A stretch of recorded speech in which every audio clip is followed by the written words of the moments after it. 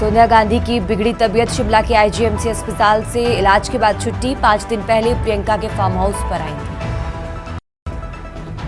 एक हफ्ते में कोरोना से 50 मौतें, 3000 केस बढ़े। गुजरात सरकार ने कहा किसी भी स्थिति के लिए तैयार। कर्नाटक में 2 और मरीजों की मौत।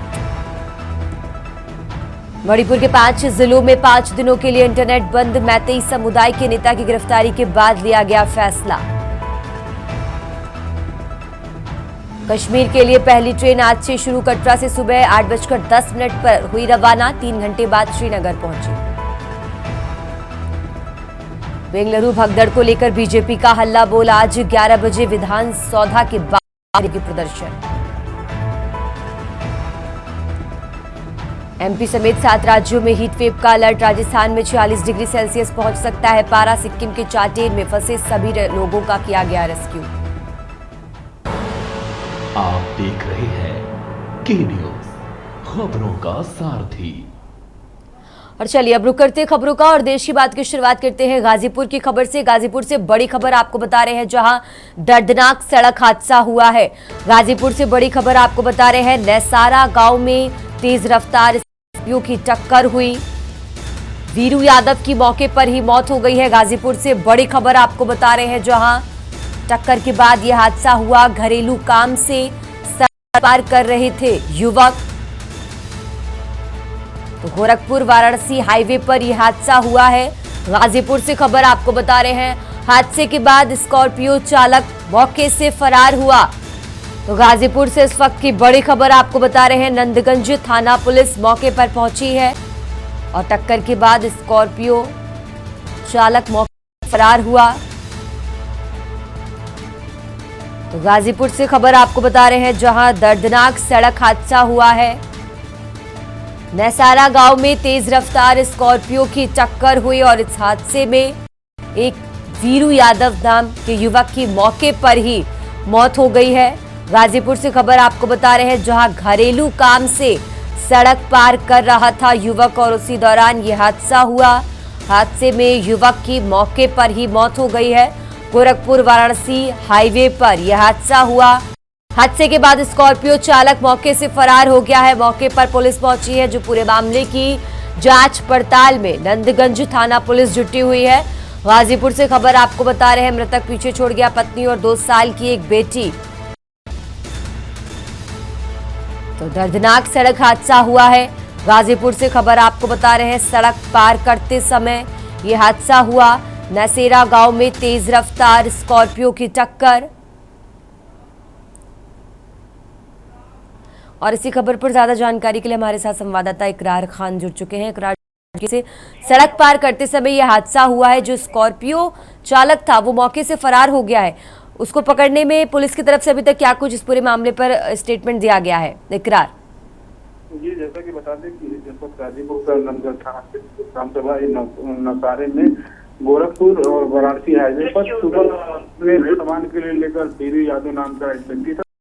घरेलू सामान के लिए वो रोड क्रॉस कर रहा था। उसी दौरान ऐसे महाराज से आ रही स्कॉर्पियो ने रोक दिया और मौके पर ही उसकी मौत हो गई। फिलहाल घटना की जानकारी होने के बाद थाना अध्यक्ष समेत तमाम पुलिसकर्मी वहां पर पहुंचे और घटना की जांच में जुटे हुए हैं। ठीक है इकरार, बहुत बहुत शुक्रिया आपका तमाम जानकारी दर्शकों तक पहुंचाने के लिए। और ये गाजीपुर से खबर आपको बता रहे हैं, जहां दर्दनाक सड़क हादसा हुआ है। इस हादसे में एक युवक की मौके पर ही मौत हो गई है। गोरखपुर वाराणसी हाईवे पर यह हादसा हुआ। फिलहाल मौके पर पुलिस पहुंची हुई है।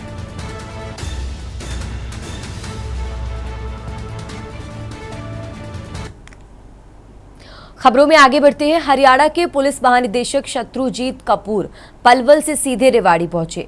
एसपी हेमेंद्र मीणा ने उनका स्वागत किया। डीजीपी ने पुलिस कार्यालय में समीक्षा बैठक कर सभी थाना प्रभारियों से उनकी परफॉर्मेंस रिपोर्ट ली और अपराध नियंत्रण स्थिति पर सीधा संवाद किया। पत्रकारों से बातचीत में डीजीपी कपूर ने बताया कि हाल ही में हिसार में मिली गुमशुदा बच्चों से जुड़ी संदिग्ध चिट्ठी असल में एक ठगी की साजिश है। उन्होंने लोगों से अपील की है कि इस तरह की चिट्ठियों के बहकावे में न आए। तस्करी पर सख्ती दिखाते हुए उन्होंने कहा कि एंटी ह्यूमन ट्रैफिकिंग विंग सक्रिय है और अवैध रूप से रह रहे विदेशी नागरिकों को चिन्हित कर देश से बाहर किया जाएगा। करने का काम किया जाता है। और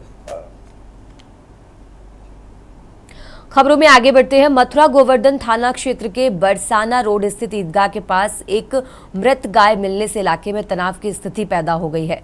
घटना की जानकारी मिलते ही गौरक्षक दल और हिंदू संगठनों के कार्यकर्ता मौके पर पहुंच गए। हिंदू संगठनों ने आरोप लगाया है कि ईद के मौके पर गौ तस्कर सक्रिय हो गए हैं और गौ कटान की घटना को अंजाम दिया जा रहा है। उन्होंने मामले की उच्च स्तरीय जांच की मांग भी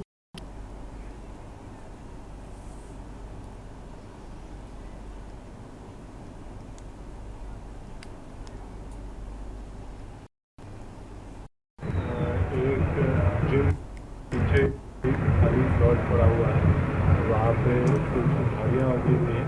वहाँ आज कुछ अवशेष मिले, तो स्थानीय लोगों द्वारा ये आरोप लगाया कि के अवशेष हैं। आधार पर उनकी तहरीर के आधार पर नामजद लोगों के विरुद्ध मुकदमा पंजीकृत किया गया है। मौके से जो भी अवशेष बरामद हुए इसे परीक्षण के लिए भेज दिया गया है। 3 संदिग्ध लोगों को अंदर हिरासत में कर रहे हैं। आसपास के सीसीटीवी से कुछ महत्वपूर्ण इसके आधार पर आगे टीमें लगातार जारी हो रही है।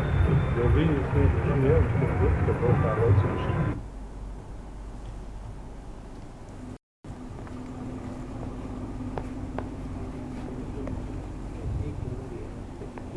और इसी खबर पर ज्यादा जानकारी के लिए हमारे साथ सुशील चौधरी जुड़ चुके हैं। सुशील, ईदगाह के पास मृत गाय मिली है जिसके बाद से तनाव बढ़ गया है कि जांच पड़ताल में क्या कुछ निकलकर सामने आया है? जी, मैं आपको बता दूं, कल ईद के मौके पर रात को जो हिंदू संगठन के लोग हैं उनको गाय कटी हुई मिली है, जो कि मथुरा के गोवर्धन से बरसाना रोड पर स्थित ईदगाह है उसके पास मिली है। शुक्रवार की जो रात थी तब कल रात की घटना है। घटना के मिलने के बाद जो हिंदू संगठन है वह सक्रिय हो गए हैं। उन्होंने जो गौरक्षक दल जो हिंदू संगठन है उन्होंने जो मुस्लिम है उन पर आरोप लगाया है कि उन्होंने ईद के मौके पर जो गाय है उनको काटा गया है, जिसको लेकर उन्होंने रोड पर जाम लगाया है। जिसके बाद प्रशासन मौके पर पहुंचा है। प्रशासन द्वारा दोनों में जो हिंदू संगठन है उनको समझाकर जो भी गाय को लेकर जो संगठन आरोप लगाए हैं उनको पुलिस प्रशासन द्वारा उनकी जांच की जा रही है। जांच में जो भी मिलेगा उन पर कार्रवाई करने की बात कही गई है। जी मैं ठीक है सुशील, बहुत बहुत शुक्रिया आपका तमाम जानकारी दर्शकों तक पहुंचाने के लिए। और ये मथुरा से खबर आपको बता रहे हैं, हिंदू संगठनों ने इसका विरोध किया जिसके बाद मौके पर पहुंची पुलिस ने हालात को संभाला है। खबरों में आगे बढ़ते हैं। जौनपुर सिंगरा मऊ क्षेत्र के खानपुर गांव में दिल दहला देने वाली घटना सामने आई है। वर्षों पुरानी गहरी दोस्ती रखने वाला युवक रंजीत निषाद ने अपने ही दोस्त दिलीप गौतम को गोली मारकर हत्या कर दी। पुलिस के मुताबिक हत्या की वजह दिलीप द्वारा रंजीत की प्रेमिका को लेकर की गई अश्लील टिप्पणी थी, जिससे नाराज होकर रंजीत ने ये खून कर दिया। घटना के 24 घंटे के भीतर पुलिस ने आरोपी को गिरफ्तार कर लिया है और हत्या में इस्तेमाल पिस्टल भी बरामद कर ली है।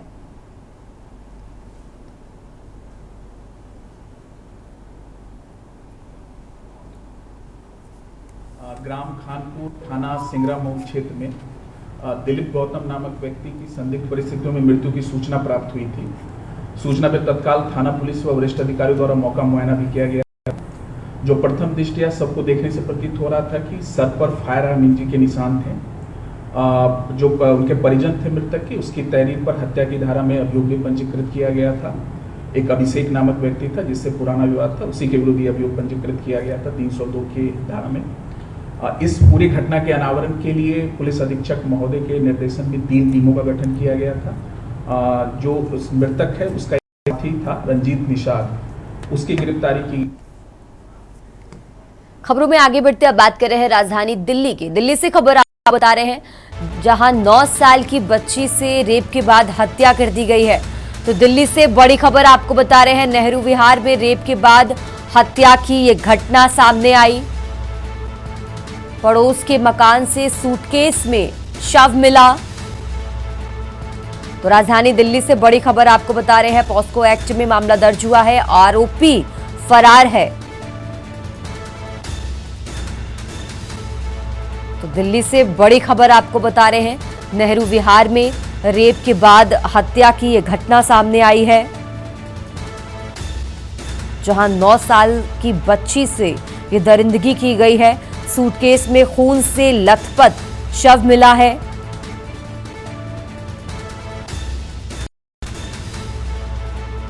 राजधानी दिल्ली से बड़ी खबर आपको बता रहे हैं।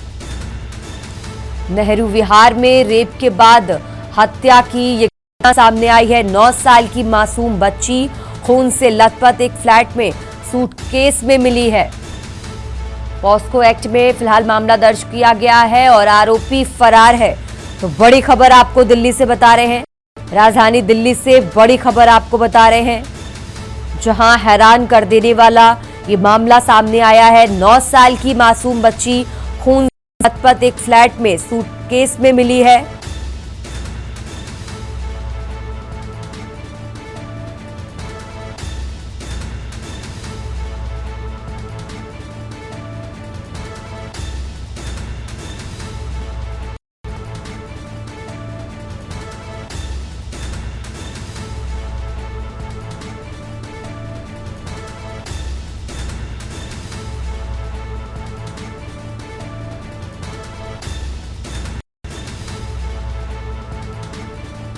तो दिल्ली से बड़ी खबर आपको बता रहे हैं। 9 साल की मासूम बच्ची से रेप के बाद हत्या की गई।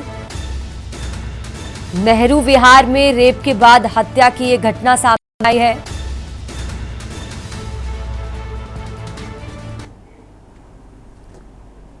देश की बात में फिलहाल वक्त हो चला एक छोटे से ब्रेक का। आप देख रहे हैं के न्यूज, खबरों का सारथी। विमल में गुलिस्तां के ये कुछ लजीज फरिश्ते जब साथ घुले तो जी ललचाए और दिल कहे कि स्वाद की जुबान में खुद को ऐसे डुबाऊं कि निकल जाऊं। विमल की जुबान कुछ है ही ऐसी, मानते हैं? विमल, बोलो जुबान कैसी। गोल्डी मसाले के 100 ग्राम के स्पेशल पैक्स में फ्रेशनेस लॉक। ऐसे मसाले हमेशा ताजा रहेंगे। Just like me. छूट। God bless me. गोल्डी मसाले, जहां जाएं रिश्ते बनाएं। आप देख रहे हैं के न्यूज, खबरों का सारथी। ब्रेक से वापस आ चुके हैं। रुक करते खबरों का बात कर रहे हैं दिल्ली की। राजधानी दिल्ली से बड़ी खबर आपको बता रहे हैं, जो है एनसीआर में जीआरएपी ग्रैप 1 लागू हो गया है। बढ़ते प्रदूषण की वजह से ये फैसला लिया गया है। तो बड़ी खबर आपको दिल्ली से बता रहे हैं। दिल्ली में आज का AQI 209 रिकॉर्ड किया गया है और इसी के चलते ये बड़ा फैसला लिया गया है। दिल्ली एनसीआर में ग्रैप 1 लागू कर दिया गया है। तो बड़ी खबर आपको बता रहे हैं, बढ़ते प्रदूषण को देखते हुए ये फैसला लिया गया है। बढ़ते प्रदूषण की वजह से ये फैसला लिया गया। राजधानी दिल्ली से बड़ी खबर आपको बता रहे हैं। वहीं आज का जो दिल्ली का AQI है वो 209 रिकॉर्ड किया गया और इसी के चलते ग्रैप 1 लागू किया गया है। ये बड़ी खबर आपको बता रहे हैं। बढ़ते प्रदूषण को देखते हुए ये फैसला लिया गया है।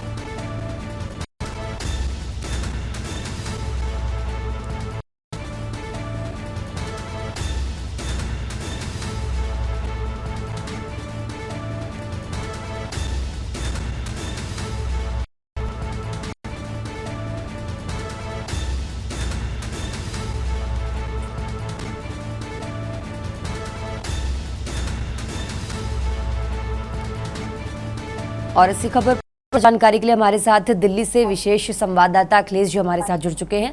अखिलेश जी, जिस तरीके से बढ़ते प्रदूषण को देखते हुए ग्रैप 1 लागू किया गया, तो ग्रैप 1 में कौन कौन सी चीजें आई हैं, जरा वो दर्शकों को बताइए। देखिए, दिल्ली में प्रदूषण लगातार बढ़ रहा है और सरकार प्रदूषण रोकने में नाकाम है। इसके बाद एनजीटी की तरफ से नोटिस जारी किया गया था और कंडीशन लगाई गई थी कि जो BS6 के पीछे की गाड़ियां हैं उनकी एंट्री दिल्ली में रोक लगाई जाए और इसके साथ ही साथ डीजल के वाहनों पर भी पूरी तरह से प्रतिबंध लगा दिया गया। दो तरह के वाहनों एंट्री के लिए छोड़ा गया था, पेट्रोल का वाहन और दूसरा CNG का। तीन इलेक्ट्रिक गाड़ियां पहले से चल रही, वो पूरी तरह से रोक के फ्री रखी गई। इसके अलावा सरकार के लिए ये भी कहा गया था कि जो एयर प्यूरिफाई सेंटर्स काम कर रहे हैं उनको अच्छी तरह से संचालित किया जाए ताकि वायु प्रदूषण को कम कराया जाए। तो इसके साथ साथ जो भीड़ वाले रेड लाइट चौराहे हैं है और जहाँ जहाँ ज्यादा वायु प्रदूषण होता है उन इलाकों में फॉग गन मशीन का इस्तेमाल किया जाए ताकि फॉगिंग करा के प्रदूषण को कम कराया जाए। दिल्ली का आनंद विहार बस अड्डा है, IIT चौथा है, धौला कुआं है और ऐसे तमाम ऐसे इलाके हैं जहां पर ट्रैफिक बहुत ज्यादा रहता है। रेड लाइट 5-5 मिनट की लंबे समय तक पर ट्रैफिक की में वाहन रुकते हैं और इससे वजह से प्रदूषण बढ़ता है। तो सरकार और एनजीटी की तरफ से जिस तरह से कहा गया है उसी केंद्रीय प्रदूषण कंट्रोल बोर्ड की तरफ से जो शर्तें लगाई गई हैं उन शर्तों के तरफ से कहा जा सकता है कि अब BS6 से बाहर के वाहन है उनकी रोक रहेगी, डीजल के वाहनों पर पूरी तरह से रोक रहेगी और जिनकी फिटनेस नहीं सही थी गाड़ी उनको के आदेश दिए गए हैं, वाहन चेकिंग के आदेश दिए गए हैं कि किसी तरह का वह प्रदूषण फैलाने वाली गाड़ियों की एंट्री पूरी तरह से रोक दी जाए ताकि प्रदूषण को कंट्रोल किया जा सके। फिलहाल दिल्ली सरकार इस मामले में कदम उठा रही है, लेकिन जिस तरह से प्रदूषण को कंट्रोल करने के लिए लगातार केंद्रीय प्रदूषण कंट्रोल बोर्ड कर रहा है वो उतना अमल नहीं दे, लगातार प्रदूषण दिल्ली में बढ़ रहा है और जबकि दीपावली प्रदूषण बढ़ता था और इस समय प्रदूषण कम ही देखने को मिलता था, जबकि प्रदूषण इसमें बढ़ा हुआ है। तो फिलहाल देखना होगा दिल्ली सरकार क्या कदम उठाती है और प्रदूषण को कंट्रोल करने के लिए क्या क्या कर पाती है। ठीक है जी, बहुत बहुत शुक्रिया आपका तमाम जानकारी दर्शकों तक पहुंचाने के लिए। और ये दिल्ली से खबर आपको बता रहे हैं जहां बढ़ते प्रदूषण को देखते हुए ये फैसला लिया गया है, ग्रैप 1 लागू कर दिया गया है। आपको बता दें जब AQI 200 से पार हो जाता है तो ग्रैप 1 की श्रेणी है और बढ़ते प्रदूषण को देखते हुए फिलहाल ग्रैप 1 लागू कर दिया गया है। तो बड़ी खबर आपको दिल्ली से बता रहे हैं, लगातार बढ़ते प्रदूषण को देखते हुए ये फैसला लिया गया है।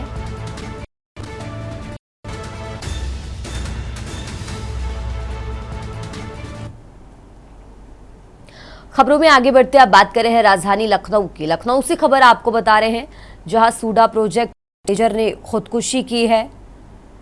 राजधानी लखनऊ से खबर आपको बता रहे हैं इंदिरा नगर में सुधाकांत मिश्र ने फांसी लगाकर जान दी।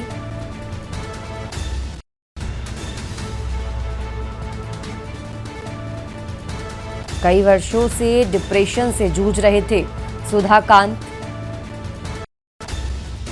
तो रात में घर में ही फांसी लगाई है और साथ ही सुसाइड नोट भी मिला है। तो इस घटना के बाद परिवार में कोहराम मचा है। सूचना पर पुलिस मौके पर पहुंची है और शव को पोस्टमार्टम के लिए भेजा गया है। तो लखनऊ से खबर आपको बता रहे हैं, फिलहाल पुलिस पूरे मामले की जांच पड़ताल में जुटी हुई है।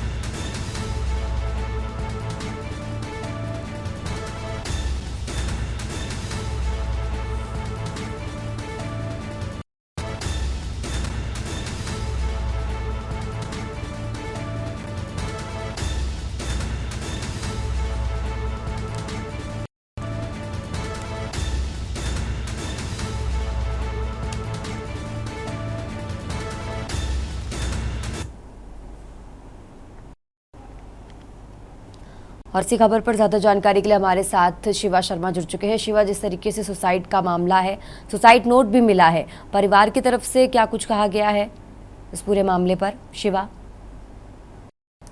देखिए, इंदिरानगर बी ब्लॉक पर रहते थे, जिनका नाम सुधाकांत मिश्रा है, और ये प्रोजेक्ट मैनेजर थे सूडा में। ये कल उन्होंने सुसाइड किया है, और जिस वक्त सुसाइड किया उस वक्त घटना के तौर पर जो पत्नी थी वो दूसरे कमरे में थी। बेटा अपनी बीमार सास को देखने के लिए अस्पताल गया हुआ था, और जब बेटा घर पहुंचा तो देखा कि पिता उसके फंदे से लटके हुए हैं। जब तक उन्हें अस्पताल ले जाया गया, वहां पर डॉक्टर उन्होंने मृत घोषित कर दिया है। फिलहाल डेड बॉडी को पोस्टमार्टम हाउस ले जाया गया है और उनका पोस्टमार्टम होगा।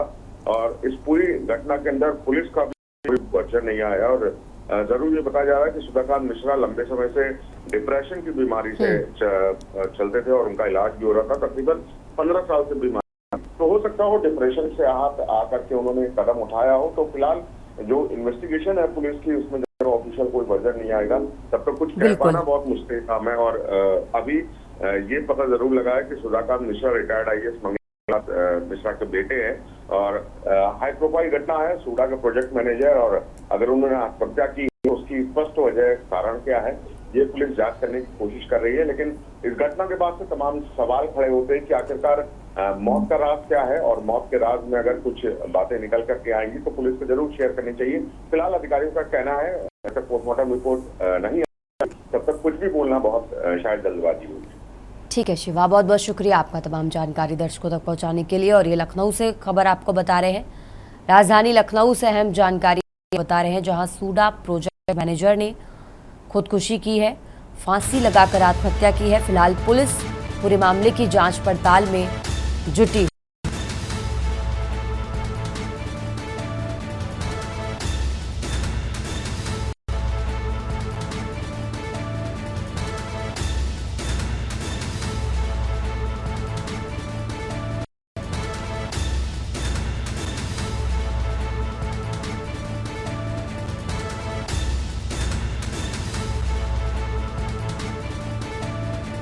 तो लखनऊ से खबर आपको बता रहे हैं।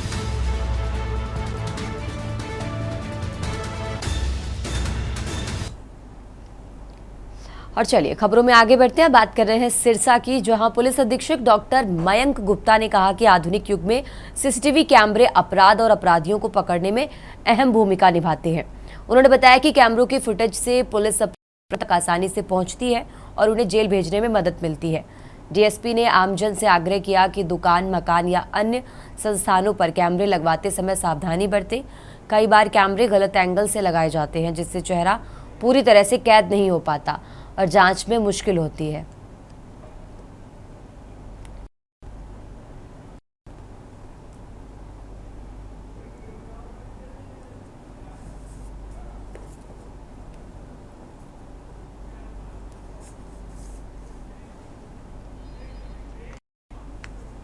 खबरों का सिलसिला लगातार जारी है, फिलहाल यहाँ रुकते एक छोटे से ब्रेक के लिए।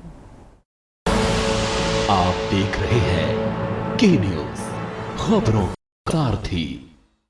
देश की बात में एक बार फिर से हाजिर है, रुक करते खबरों का बात है राजधानी लखनऊ की। लखनऊ से खबर आपको बता रहे हैं, जहां बी फार्मा छात्र की आत्महत्या का मामला सीनियर अकाउंटेंट मोहम्मद फैज गिरफ्तार हुआ है।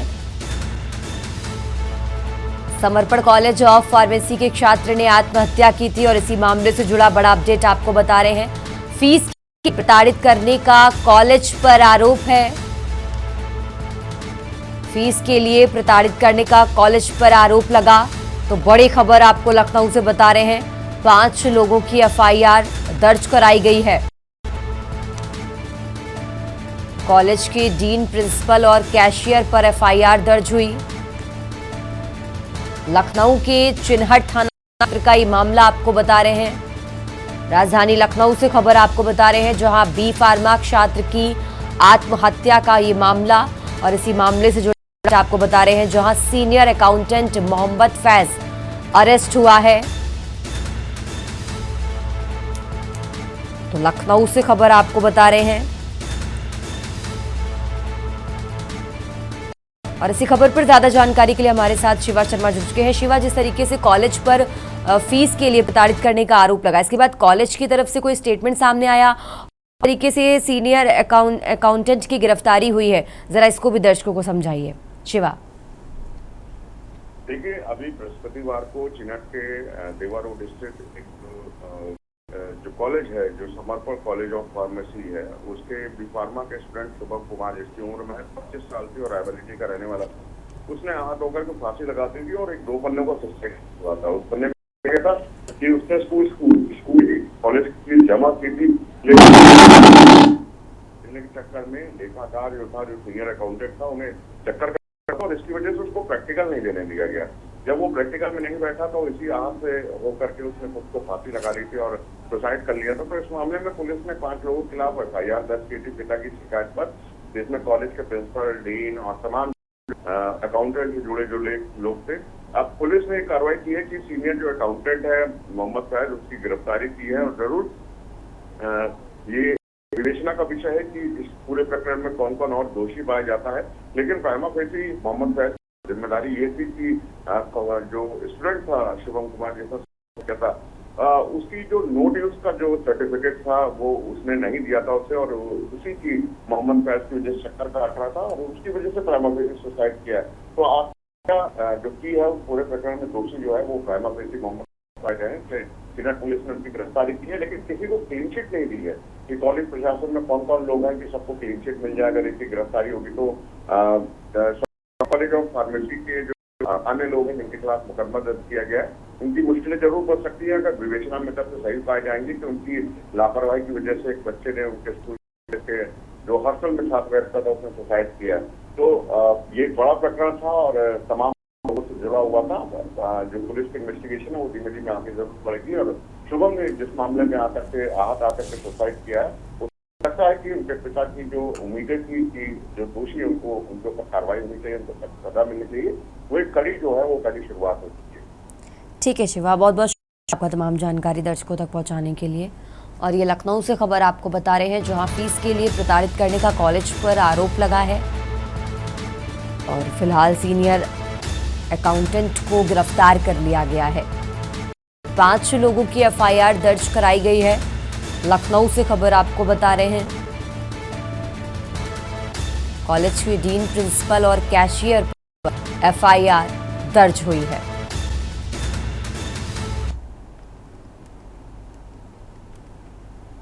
खबरों में आगे बढ़ते हैं। चंदौली अस्पताल में महिला सुरक्षा को लेकर बड़ा सवाल खड़ा हो गया है। बाबा कीनाराम मेडिकल कॉलेज से संबंधित इस अस्पताल में भर्ती एक युवती मरीज ने आरोप लगाया कि वार्ड में तैनात वार्ड बॉय जितेंद्र यादव ने उसके साथ लगातार 3 दिन तक छेड़छाड़ अमानवीय व्यवहार किया। पीड़िता ने बताया कि इलाज के दौरान वार्ड बॉय अश्लील इशारे करता था, इंजेक्शन लगाने के दौरान गलत तरीके से व्यवहार करता था। सबसे गंभीर बात ये रही कि जब ये शिकायत सुरक्षा कर्मियों से की तो उन्होंने केवल सूचना देकर पल्ला झाड़ लिया।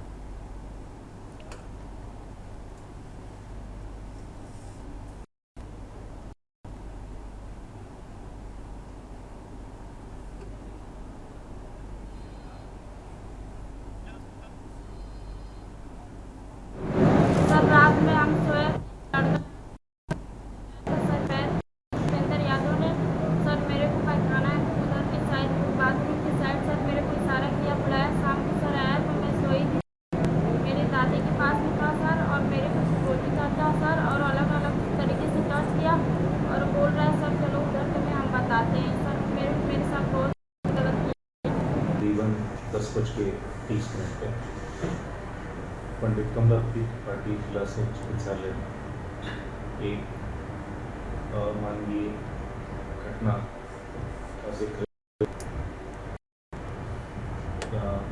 मेरे संज्ञान में आया है, जिसमें अस्पताल के किसी कर्मचारी का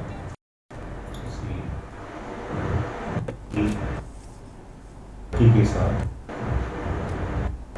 दुर्व्यवहार में बात सामने आई है। चलने के तत्काल तुरंत बाद जो है मेरे द्वारा मौके पे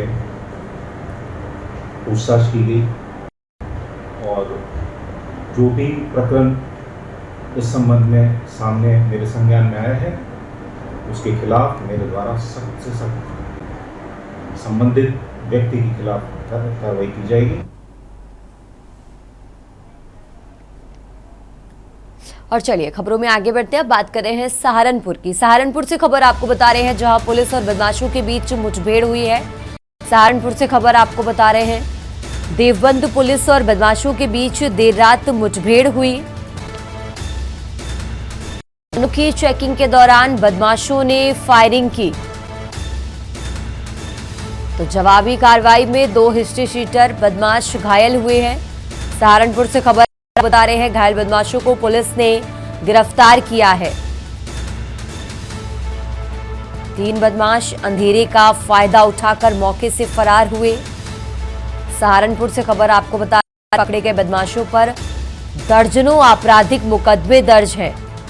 तो फरार बदमाशों की तलाश में फिलहाल पुलिस ने सर्च ऑपरेशन चलाया है। सहारनपुर से खबर आपको बता रहे हैं, जहां पुलिस और बदमाशों के बीच मुठभेड़ हुई। देवबंद पुलिस और बदमाशों के बीच मुठभेड़ हुई है।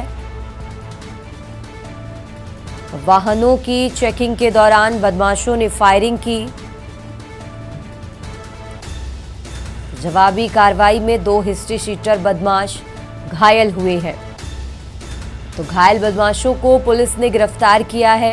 सहारनपुर से खबर आपको बता रहे हैं, 3 बदमाश अंधेरे का फायदा उठाकर मौके से फरार हो गए, जिन्हें पकड़ने के लिए पुलिस ने सर्च ऑपरेशन भी चलाया है।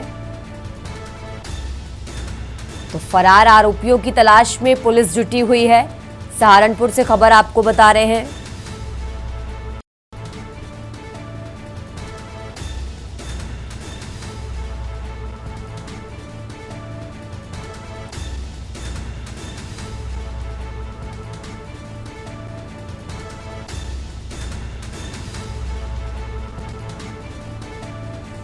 और इसी खबर पर ज्यादा जानकारी के लिए हमारे साथ शेख परवेज आलम जुड़ चुके हैं। शेख परवेज, जिस तरीके से जानकारी मिल रही है कि पुलिस ने बदमाशों को पकड़ लिया है, कितने अभी फरार हैं और जो पकड़े गए हैं उनका आपराधिक रिकॉर्ड क्या है?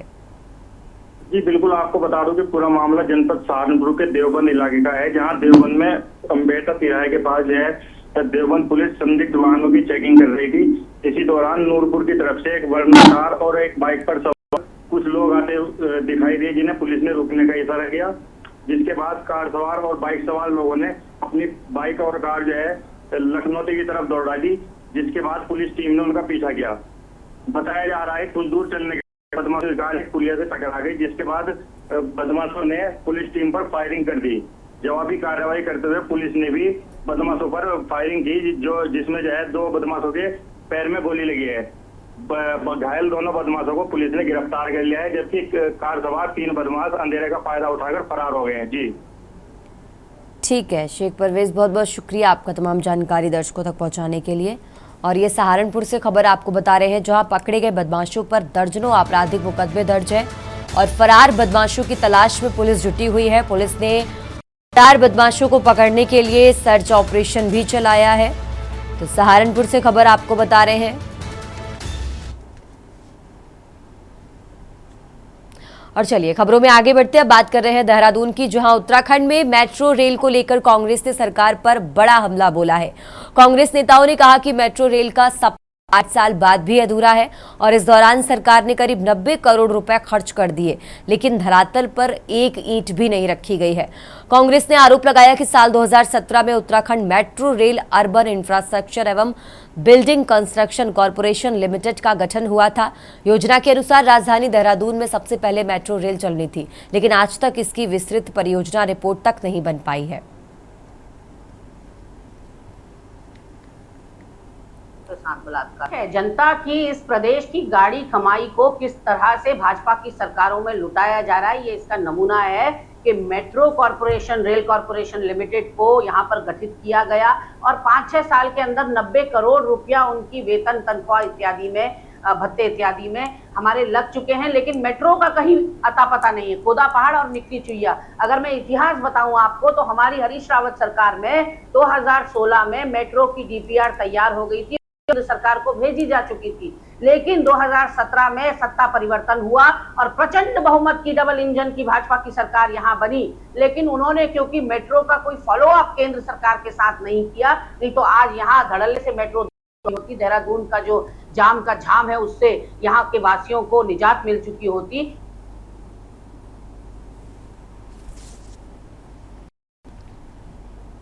रुक करते अगली खबर का। देहरादून की मलिन बस्तियों को मालिकाना हक देने की कांग्रेस की घोषणा पर उत्तराखंड क्रांति दल ने तीखा हमला बोला है। यूकेडी नेता ने कहा कि कांग्रेस जैसी पार्टियां पहले इन बस्तियों को वोट बैंक के लिए बसाती हैं और जब चुनाव बीत जाते हैं तो अतिक्रमण के नाम पर इन्हें उजाड़ देती हैं। उन्होंने सवाल उठाया कि जब ये बस्तियां बस रही थी तब की सरकारें क्या कर रही थी। उन्होंने कांग्रेस की नीयत पर सवाल उठाते हुए कहा कि ये जनता को सिर्फ चुनाव के समय याद किया जाता है, बाकी समय उन्हें सुविधाओं और अधिकारों से वंचित रखा जाता है। यूकेडी नेता ने कहा कि बस्तियों पर की जा रही राजनीति को जनता अब अच्छी तरह समझ चुकी है।